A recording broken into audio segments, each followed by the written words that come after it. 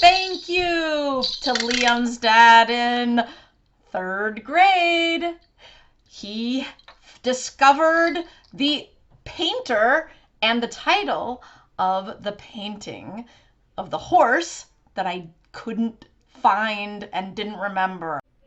It's The Piebald Horse by Paulus Potter. Thank you! Woo!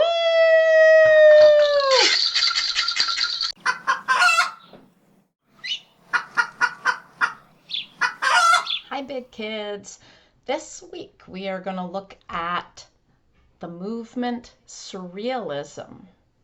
So the first thing I want to introduce you to are some Surrealist artists and their artwork, just to get an idea of what Surrealism is. The first artwork I want to look at is by Salvador Dali. It's The Persistence of Memory, painted in 1931. And Surrealism began as a movement to find the truth through the subconscious mind and dreams rather than logical thought.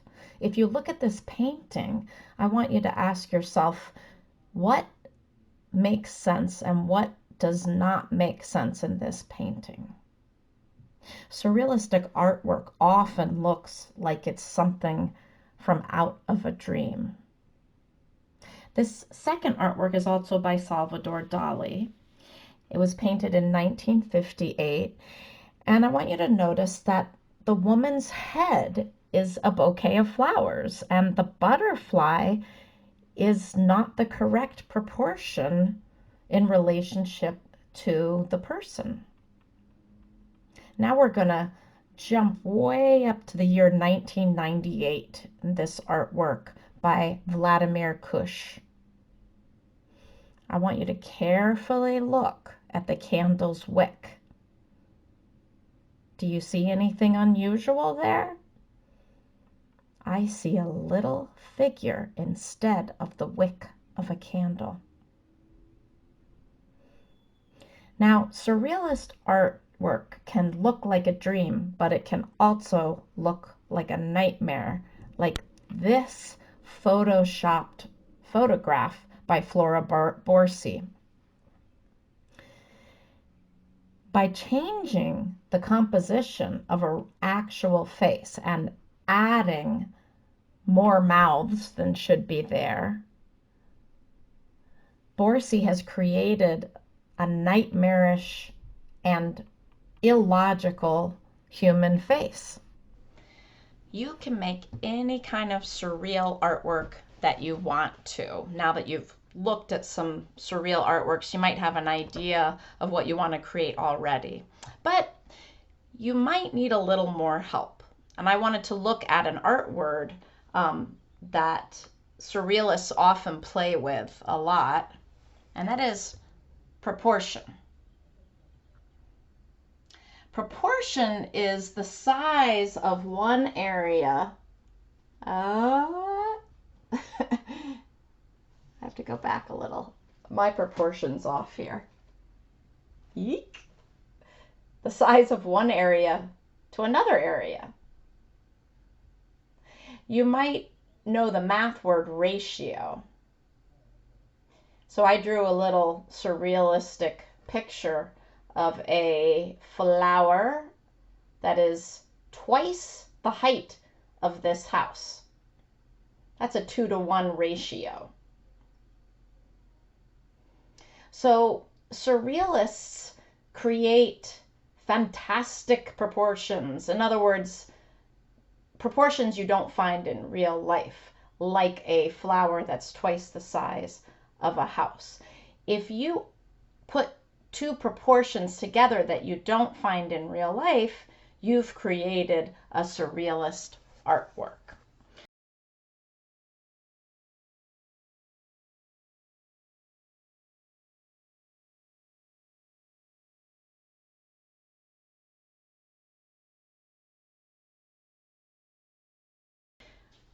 So we are going to, you can do all kinds of mediums. You can paint or draw, but this week I want you to use collage. And hopefully you have some newspaper or magazines that you can cut up. Make sure you ask. I also have some old photos of my kids that I have extras of. So I thought, well, I'm going to get all the images that I can cut. Make sure to ask your parents. And I have a magazine, I have 2 photographs, and a pair of scissors. Bloop, that's all you need. If you have glue, you can glue it down. If not, you can just lay it down, create the composition, right? Put everything where you want it, and then take a photo and upload it into Google Classroom under classwork. So let's get started with my surrealist artwork.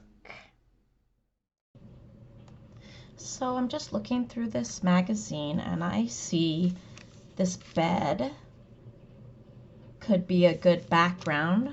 Maybe I could add a picture of something that wouldn't normally be the size of a bed. Something that would make sense though laying on a bed. I'll keep that in mind. Oh my goodness, look. Look at this. Here's an ad for kitty litter. And what style of art did they use? Surrealism. They put cat heads on people bodies. That's surrealism. All kinds of artists use surrealism. That's very cool that we found that. It's everywhere. Surrealism is everywhere. So I'm looking. That's a cool lantern, but I don't think it's gonna work. Ooh, big pizza. Huh. Maybe it's like dripping like a waterfall. If I had pictures of fish swimming up it or some little person going down in a barrel. I don't have those things, but maybe I'll find one. Here's a big cat. What else? So, oh, actually, I wanted to show you. I had found, I thought that this picture of my son, which I already cut out, this picture, he's big now, he's in 6th grade, but I cut it really carefully. Slow and low, that is the tempo. If you wanna be neat, you gotta cut slow. Ooh, I can hear you guys groaning from all the way in Rockville. Okay, so here is the little hand I cut really carefully, and I thought that I found a cookie that I thought would look really good